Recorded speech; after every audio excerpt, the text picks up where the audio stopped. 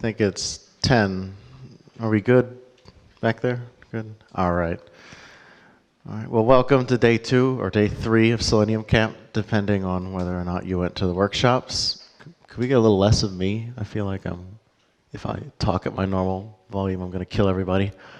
Yeah, like that. Hopefully that didn't hurt you guys too much. All right, now it's officially 10. My name is Dan Cuellar, and I'm here today to talk about Appium. From doing many conferences, I know that being the first one after the whiskey party means that I could be dealing with a bit of friction here at the beginning, but I'll ease you guys into it. We'll start off with just a story. I'll tell you a story, and then we'll get to some meat, some technical things. So about me, I'm the creator of Appium. I manage some software testing and a bunch of other things at a company called Foodit in London. Previously, I managed all the testing at Shazam and at Zeus, and I worked on some products at Microsoft you may love, Outlook and Excel and things like that. And once upon a time, I went to school and got a computer science degree. Well, feels like a long time ago. So anyways, I'm here today to talk about Appium. So show of hands, who here knows what Appium is? That's good, about a little more than half maybe right around half. So good, I didn't put the wrong slide deck in here. But let's get going. So I wanted to talk about sort of the evolution of Appium and how it came about. It's kind of a fun story, and it'll get your brains moving after the whiskey last night. It all started with what I'll call the most terrifying 5 words in testing. Does anyone know what these 5 words are? I'll take a guess. Sometimes people have good jokes for this. So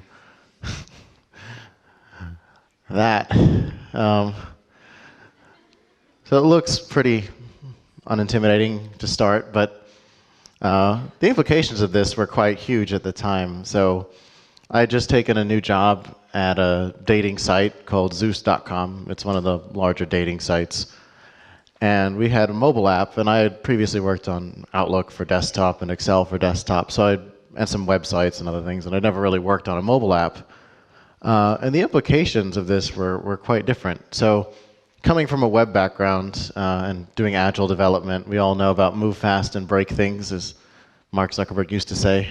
Now it's just break things, I guess, without the moving fast. But you can't really do that on the iOS App Store, because when you have a bug and it's released to the App Store, it will take you a week or 2, optimistically, to get that to your customers, to get a fix. So if you work on a dating site and you break something that generates revenue, like, I don't know, chat, not that that ever happened, you were losing money for quite a good period of time, because first you have to fix the thing, then you have to test it, then you submit to the App Store, and then Apple, I don't know what they do, they pray to the gods for 5 days, and then they get back to you telling you that you've not crossed a T or dotted an I or something, and then another 5 days go back, and then eventually 2.5 weeks later, it's in the App Store.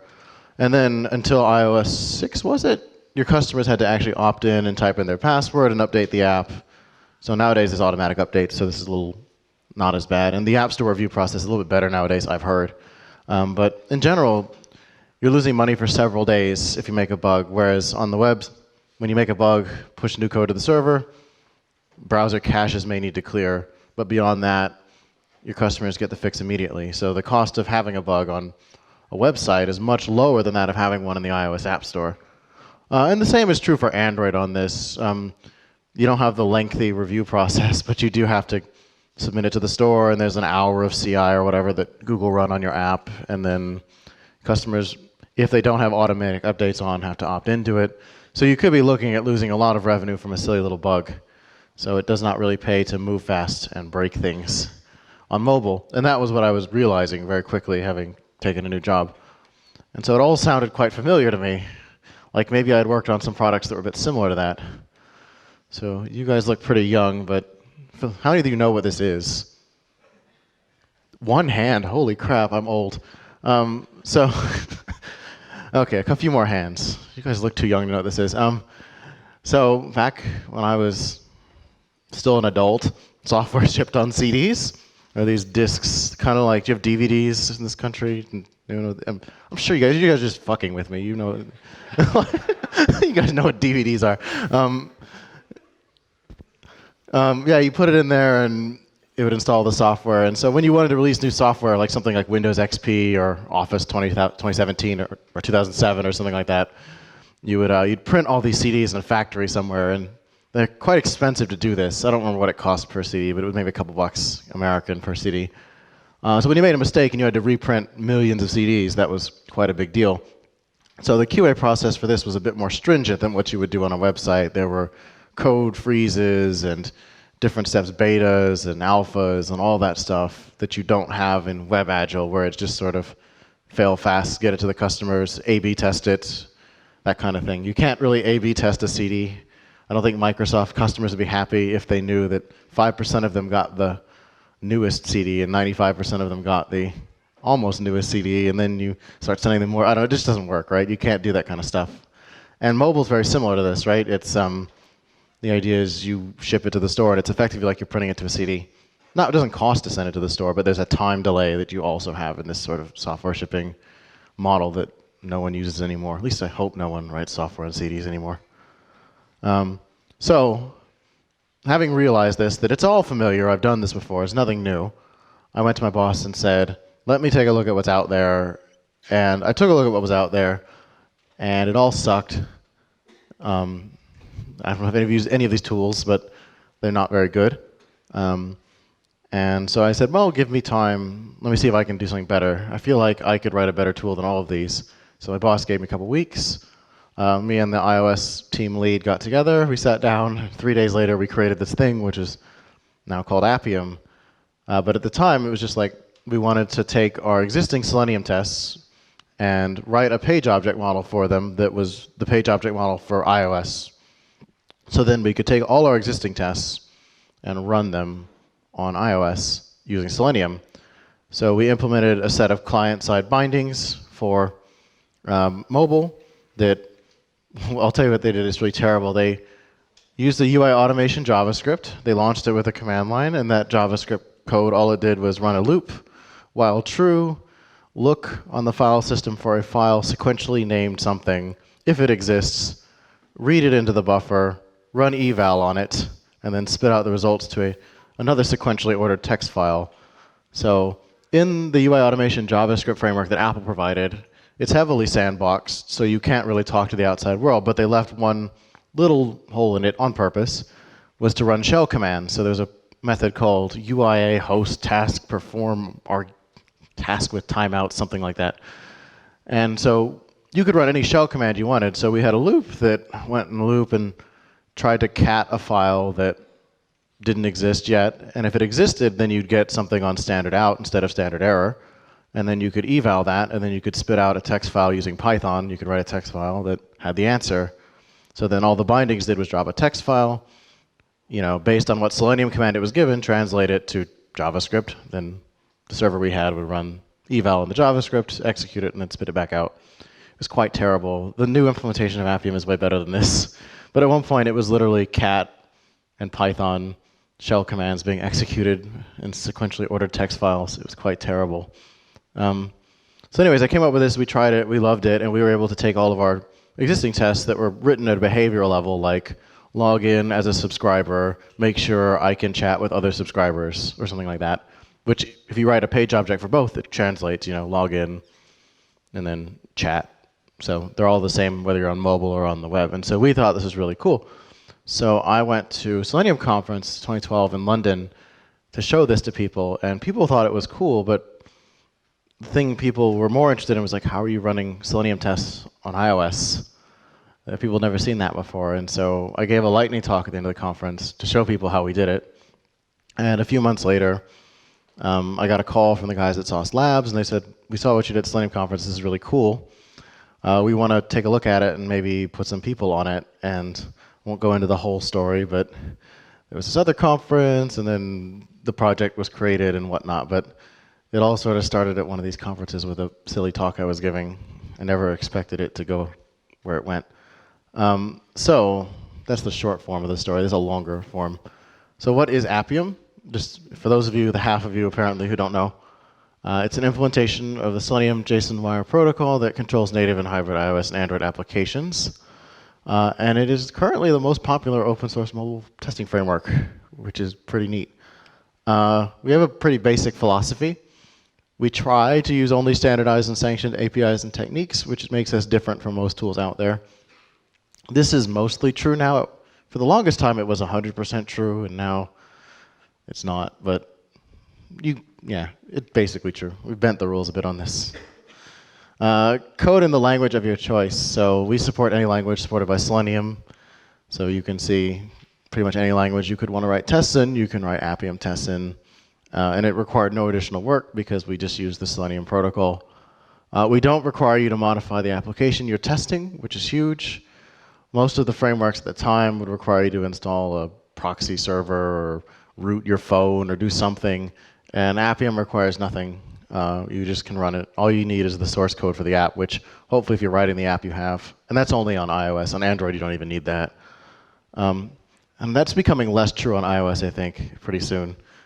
So you may not even need that. And then lastly, we always want to keep it free and open source, so we don't charge. You can use it, you can modify it, you can do whatever you want with it. It's Apache licensed, so have fun.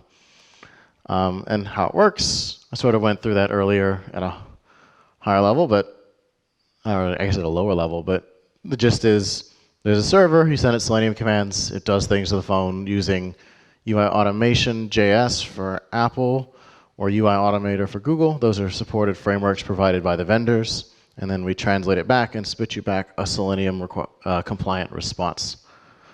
This is going to get interesting, but I'll get into it later. So this gets a little more complicated with Appium 1.5. So I guess by the numbers in the last 3 years it's been, I guess this was created in October 2011. So oh my God, it's been 5 years, geez, or 4.5. But in the last 3, since it's been an open source project and not just a secret thing we had at Zeusk, we have over 3,000 stars on GitHub. We're one of the 100, I believe, most forked projects on GitHub. Top 100 or 200, we have 2,000 forks of the project. I don't know why we have that many forks. I wonder if we're doing something wrong and people need to fork it and fix it. But that happens. 150 different people have contributed patches. 5,000 commits. It's probably more like 10,000 now. Appium 1.0, which was released almost 2 years ago, had 150,000 downloads, which is crazy. So I don't even know what it is for what it's going to be for 1.5, but maybe 3 or 4 times that, I would imagine.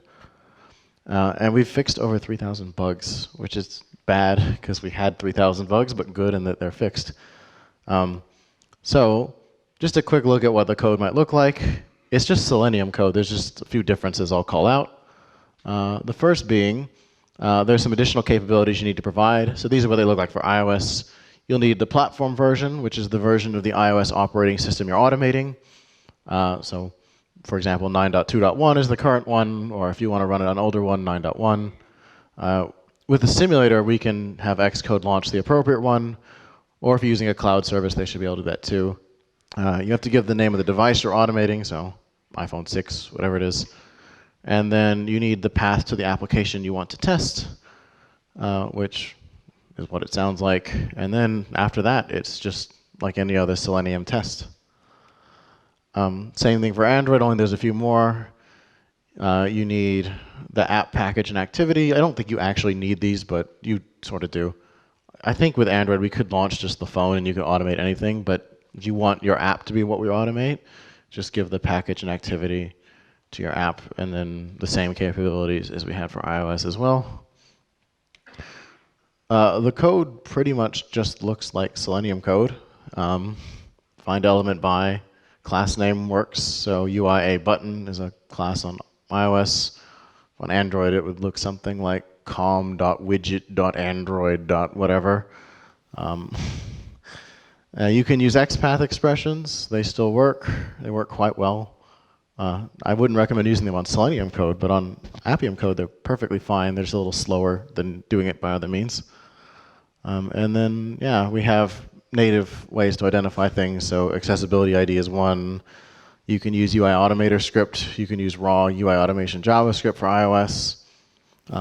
There's a bunch of ways to do it. I highly recommend Accessibility ID. If not, then probably XPath. For Appium. For Selenium, I would just recommend CSS selectors.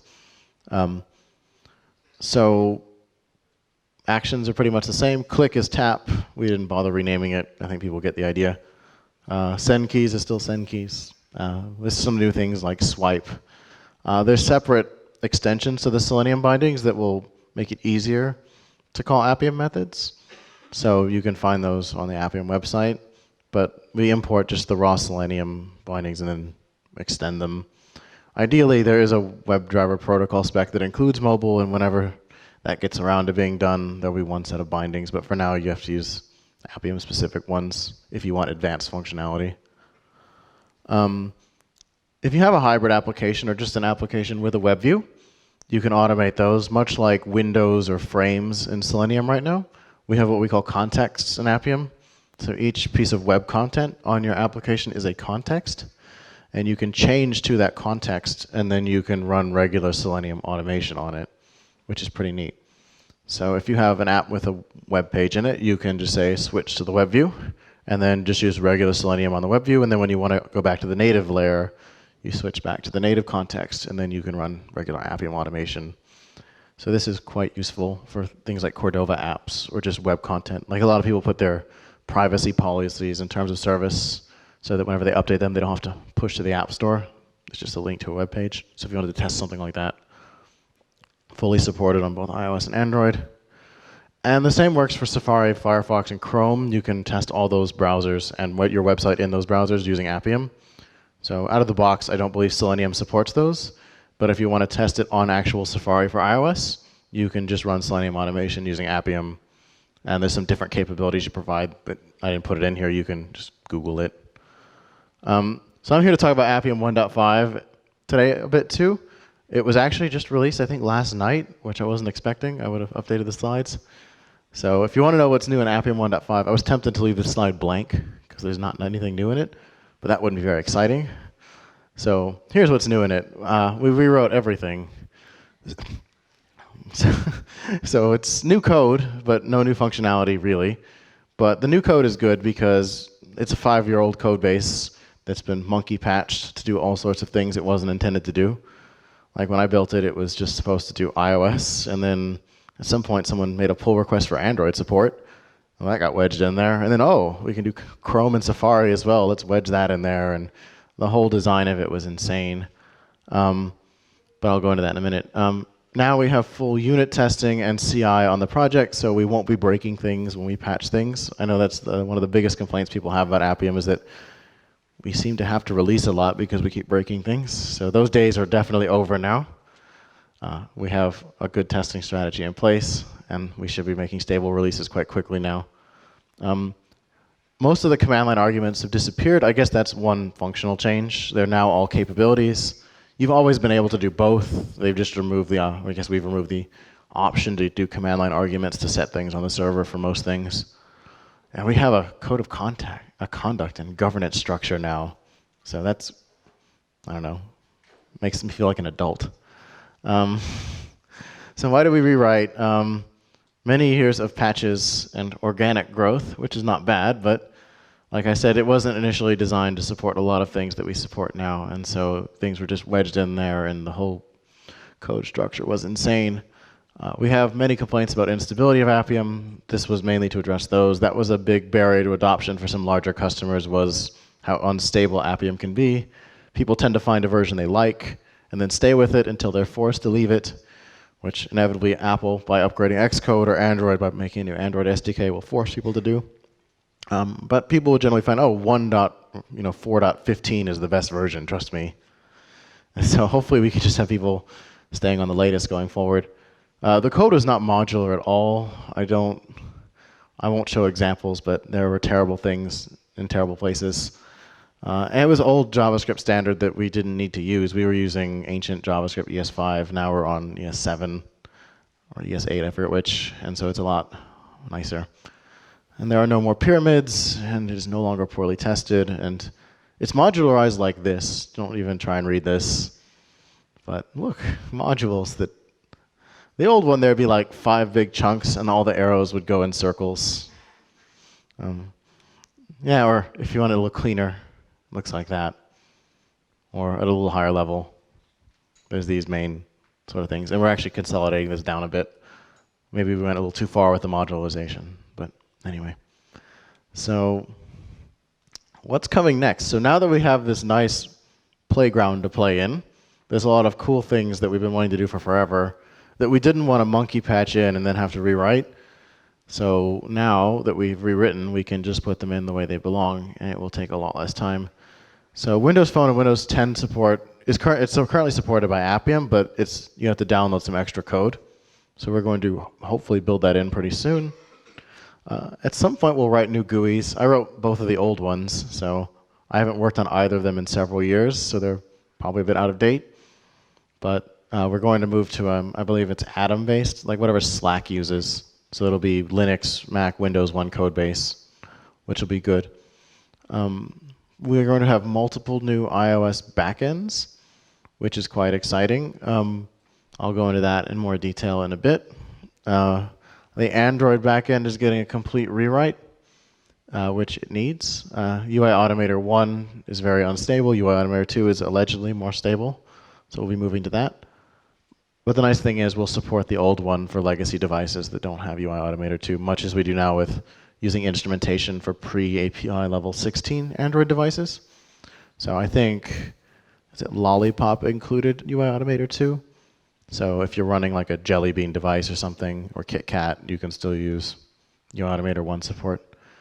And there's better docs and onboarding material coming soon, maybe videos and things. A lot of companies have sort of jumped in there and created that for us, but we're going to try and build a good set as well. And then there's a foundation now, so Appium will be less a Sauce Labs and me kind of thing and more of a foundation thing, much like Selenium or Apache or whatever.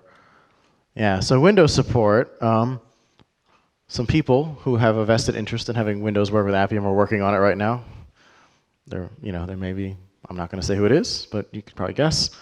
But in the meantime, some neighbors of yours, some Russians, have built this thing, which works quite well. And it's called Winium, and it'll allow you to automate Windows desktop apps and Windows mobile apps with Appium. And I'll show you what it looks like. So this is made by some guys. They're not too close. They're in Siberia, but technically that borders you guys. You can see. Do I need to skip ahead in here a bit? Maybe I do. Yeah. So here's Windows Phone running. You can see there's a Selenium server over there on the left, or an Appium server.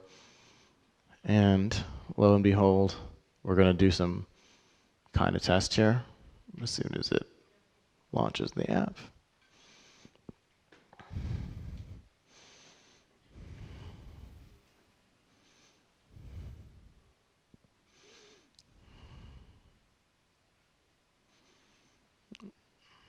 Anyways, if you missed it, I'll show it one more time.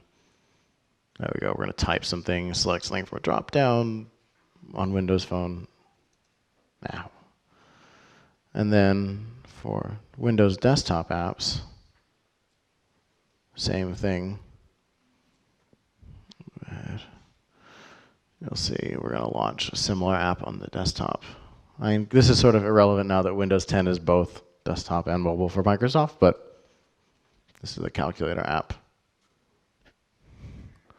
So that exists out there if you have those sorts of challenges where you work. Check out the Winium project. I'll put their info back up there. There's new iOS backends as well. So there's this project called WebDriver Agent, and it's made by the guys at Facebook, and they use it to automate their Facebook application. It supports some things you can't get with the regular Appium iOS backend, such as multiple simulators and applications you don't have the source code for, which is kind of fun. So if you have a scenario where log in with Facebook or something like that, everyone's had their own creative solution for the last few years to that. But you can actually, with their WebDriver agent backend, you can just use the Facebook app instead of making a web view or something in your app and logging in that way, which is quite nice. There's also the new one from Apple called XCUI tests. and it has better support for iOS 10 and up. So Apple will be deprecating UI automation JavaScript for iOS 10 and higher. So this is the successor to it. It's called XUI Test, and they released it last year at WWDC. And Appium is fully coded to support it whenever it decides to fully support itself. So I wouldn't recommend using that one just yet.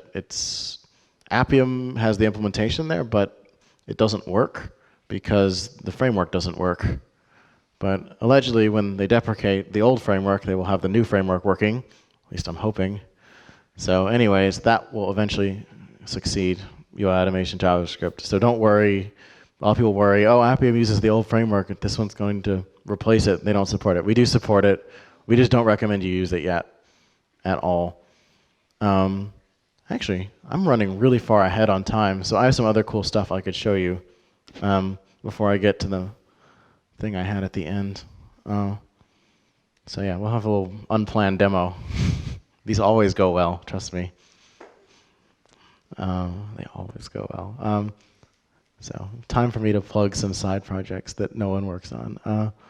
So I showed you Windows desktop apps, but we also have had for several years the ability to run Mac apps and automate them with Appium. I'll show you what that looks like. So I'm just launching the Appium for Mac server. It's separate right now. There's not a lot of interest in this project at the moment, but let's see. I'll go to examples. Cool. I'll go ahead and launch the calculator. So this example is going to test the calculator for Mac app. So it's just a Python. I'll show you quick. It's just a Python Selenium script that I've written, regular Selenium, and it will automate the calculator app. So just going to add two numbers together and verify the result is correct. So you can see, pretty neat. So anyways, if you want to know more about that, dare I open my web browser, you can find all the code if you want to play with this right here. I think the directions still work. It's Appium for Mac. It's a little project I made. So hopefully at some point we can support all your apps. You know, with Windows 10 being both mobile and desktop for Microsoft going forward, even though they just announced Android on Windows, it was a couple days ago, which is a bit interesting. I think we support that already. Maybe we don't. I haven't tried it. I don't think it's out yet. But anyways, on Mac we have similar support just sitting around. No one really seems interested in it, but it's there if anyone wants to play around with it. I guess I'll go ahead and get to the fun thing I brought, because maybe it'll take a little longer than I think it will. So let's go back. All right. So one more thing. We'll have 10 minutes for Q&A as well. But so I brought a friend. Does anyone here know what this is?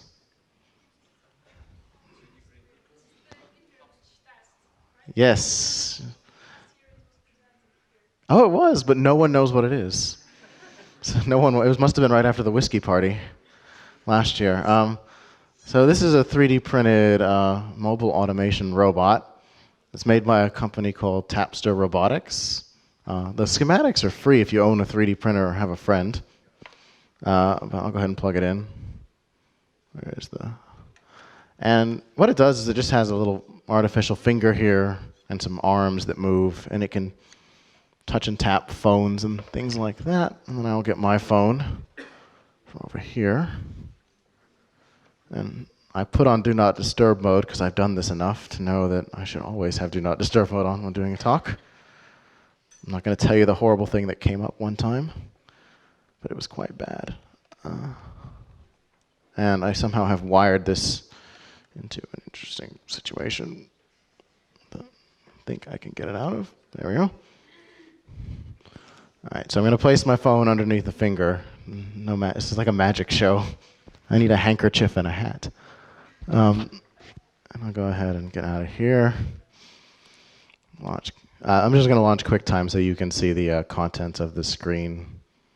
Actually, for those of you who don't know this, if you do new movie recording on QuickTime, and you ever want to record an iPhone, and not me, you can do it this way. So there's my phone. Yeah, I have 2 unread WhatsApps. That's all you're getting. They're not juicy, I promise. And now let's launch the robot server. I didn't kill my terminal, did I? Where's my terminal? All right. So this is a server that runs on the robot and just listens for tap and touch events. And then I'll go ahead and open Appium as well. I'll get rid of PowerPoint for now. Anything else I can get rid of Xcode as well. All right. So you may have noticed there's this robot arm here in Appium and these robot settings. Well, this is what they refer to. So all we have said is that the robot is running on localhost on port 4242.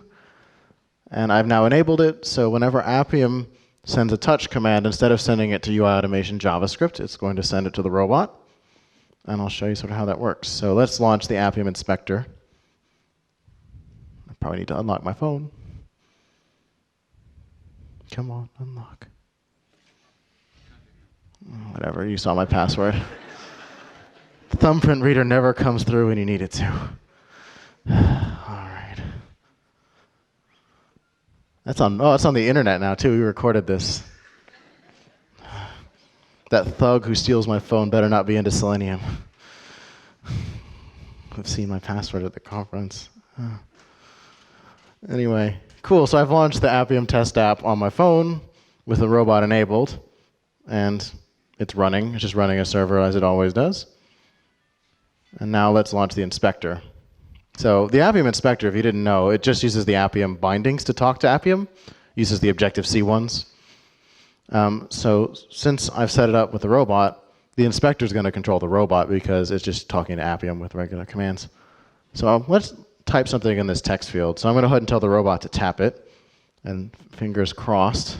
Those of you in the front row can verify this was actually happening. It's going to tap it. It's mildly impressive. Nothing to write home about yet. But now let's have it type a number. What's a good number? 7. Can we do better than 7? 7 what? 73. 42. All right, there's a number. Let's see. Come on, robot. I know you can type 42. There you go. 42. Shall we get another number from the audience? No decimals, please. Well, actually, hell, this is going too well. Nothing's broken yet. Why not? Can you? Oh, I always test this, don't I? Especially when I'm on video. 3.12, you say? 3.14. All right. I've never tried this. No one's ever suggested this before. God, this isn't going to work. I know it. All right. It's going to get the 3 right. Oh, lovely. Some days everything just works. Wonderful. All right. Now, hopefully, whoever wrote this computes some method, and it was probably me, considered the idea that someone might try and put a floating point number in it someday. All right, so I'm going to tap that button, and hopefully this doesn't crash the app.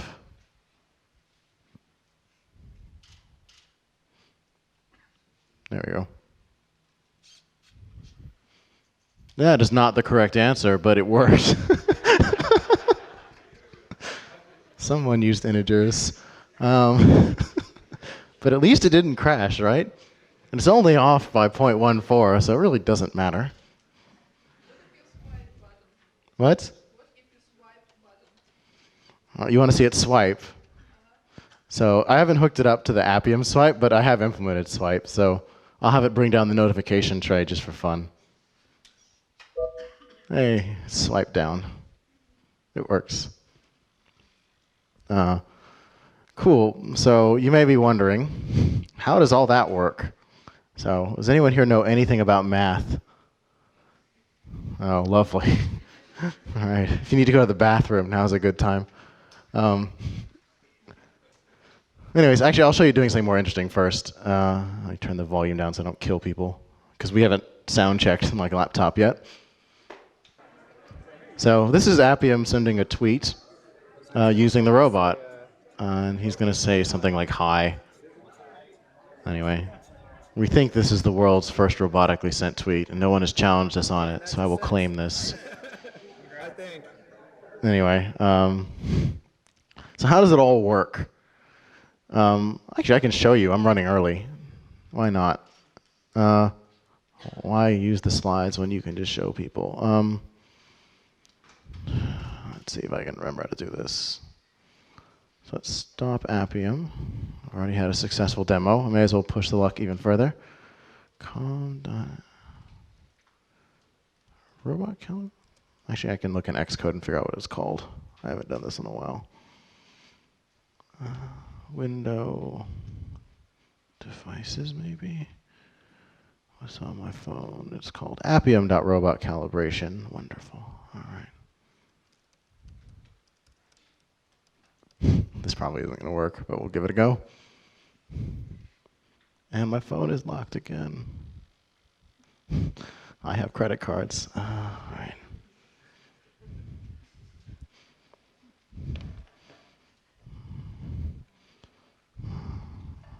All right, this actually is going to work.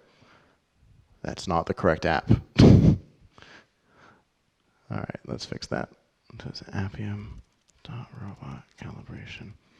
And I have to press return because Coco is stupid. All right.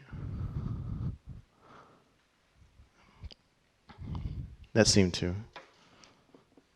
If it doesn't, I'll just explain it. If not, I can show you.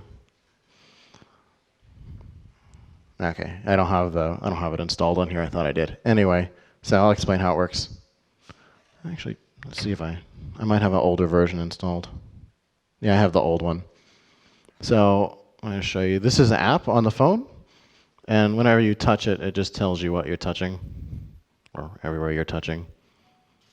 And so what we do with this is we put it under the phone, or under the robot, and we have a calibration routine where he lowers his finger until he strikes oil. And by strike oil, I mean some sort of value is displayed. And then we can use Appium to read that value from the screen because it's just a UI element. So we know then where the phone is in terms of the z-axis, the up and down axis. Then we have the robot move north, and we have it move west. I'm doing it for you or for me, I don't know. This is my west, this is your west. Then move west, and then we take 2 more points, and with those points, we can build a matrix that allows us to translate points between the robot's coordinate system, which is centimeters from origin in its world. So normally the phone is about however many centimeters below the robot. And then to move so many pixels in the X and Y plane, it needs to figure out how many centimeters map to a pixel, or roughly that kind of thing. So we run the calibration routine, and then we generate some fancy vectors and matrices, and we take the inverse, and lo and behold, multiply any vector by the inverse of our translation matrix, and we can convert 2 points between any 2 coordinate systems. And in this case, we're doing it between the robot one and the real world, or vice versa. So now when Appium tries to tap an element, it queries the element and gets its screen coordinates. It then uses the matrix to translate those screen coordinates to physical world coordinates for the robot to use, and then it sends over HTTP to the robot server a tap command for those coordinates, and then replies back to Appium. Much more complicated than just than just sending it to UI automation, but sort of worth it in the end because you get fun demos. All right, so let's see. I'll put on the more info, but I have 10 minutes for questions as I was asked. Then I have like a little 2 minutes I'll do at the end. So if I'm open to questions for 10 minutes.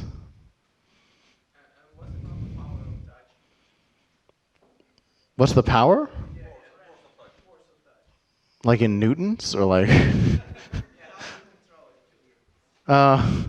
It's kind of like, so the arms move at whatever clip you want them to, so you could in theory apply whatever force you want by, retracting it at whatever point. I'd say it's about the force of like a good solid poke to the head. You could automate it with the servos. Like, yeah, there's no parameter. Right now, it's just pretty much every time. But yeah, it's all in the robot API. But yeah, Appium just always goes with one level.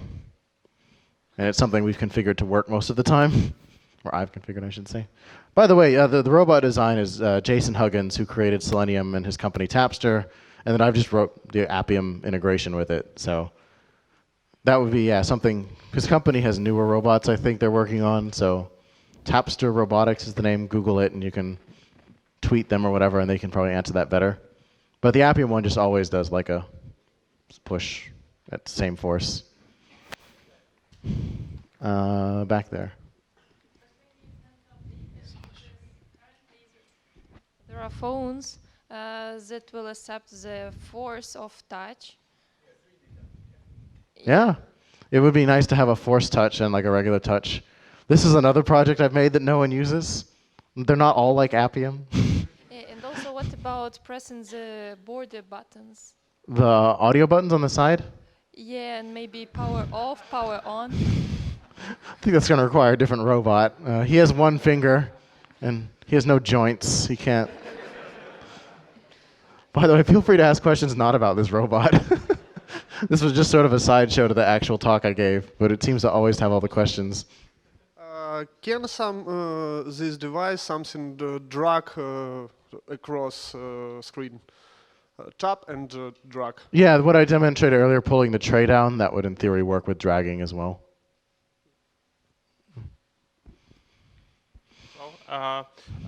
So if you record like the sequence of moves on the smaller phone, so you should set the Appium to the same phone. You can't use it on like iPhone 5 on iPhone 6 coordinates, right?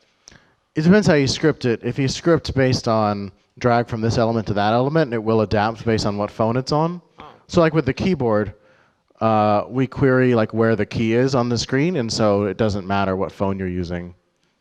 And actually, that's sort of not true. For the purpose of the demo being faster, I've actually just hard-coded the positions of all the keys. But like, it has an implementation that we'll actually find where they are. It's just a lot slower. And the demo is quite boring if he types a letter every 25 seconds. Thanks. Yeah. All right. Are there any Appium questions? Yes.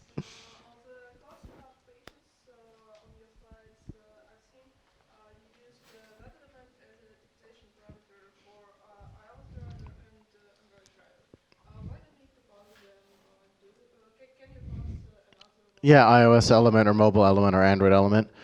It just depends what you're doing with them. Most of the time you don't need to. But if you're going to do something very specific with them, trying to think what's in the Android one, there's some stuff. No, I haven't written tests in a while, but yeah, you can use the more specific ones as well.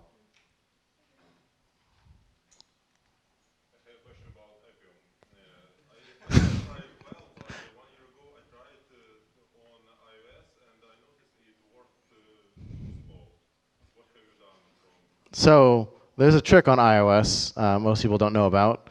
There's this thing called instruments without delay, which until Xcode 7 just came with Appium and was on by default. But about a year ago, I guess, Apple changed the way that everything was implemented, and we could no longer build it with Appium. So there's a little thing called instruments without delay. Look up how to build it for Xcode 7. And when you build that, it becomes instantaneous, like it should be. But yeah, it is like that out of the box as of like a year ago. It used to just be fast out of the box, but I'm sure many of you, maybe ask people around, they probably know how to do it here. But yeah, it's a silly bug. It's 2 seconds between each command you're talking about, right? Yeah, that's fixed. It's been fixed for a while, but it requires additional setup that most people don't know about.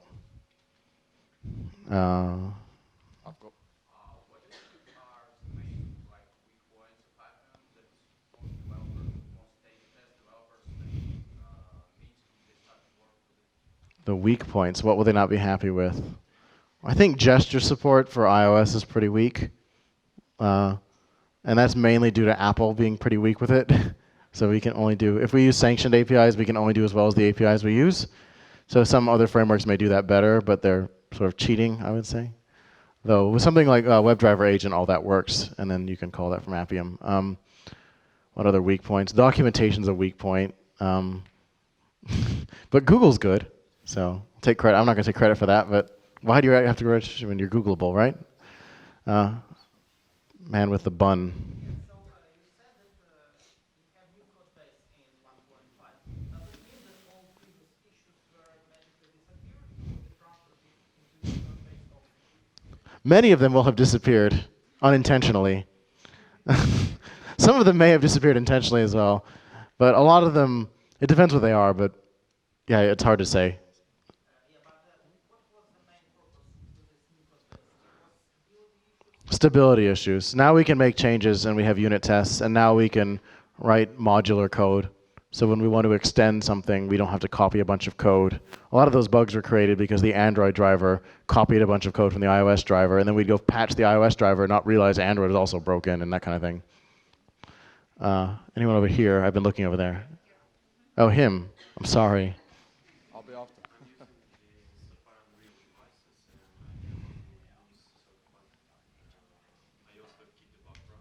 Mm-hmm.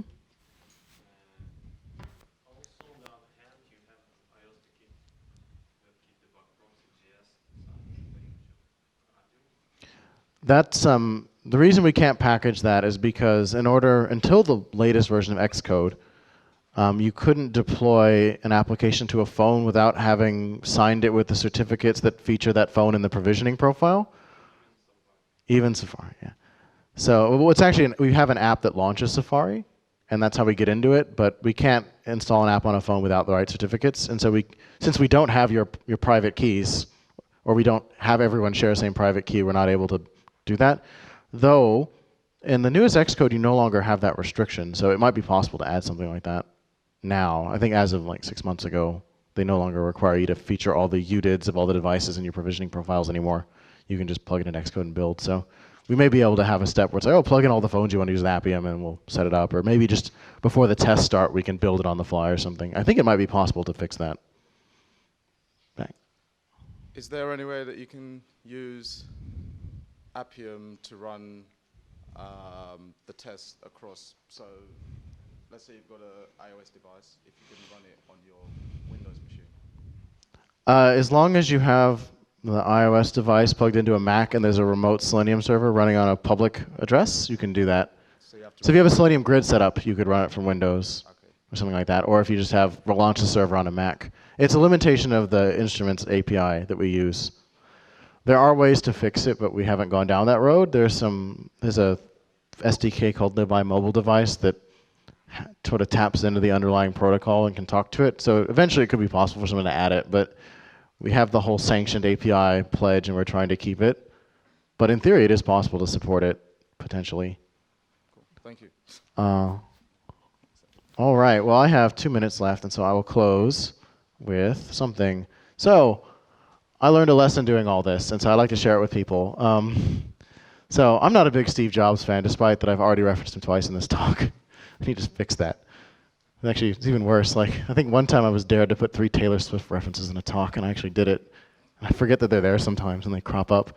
Anyway, this is Steve Jobs' quote, and it says that life can be much broader once you discover one simple fact. Everything around you that you call life was made up by people that were no smarter than you, and you can change it, you can influence it, you can build your own things that other people can use, and once you learn that, you'll never be the same again.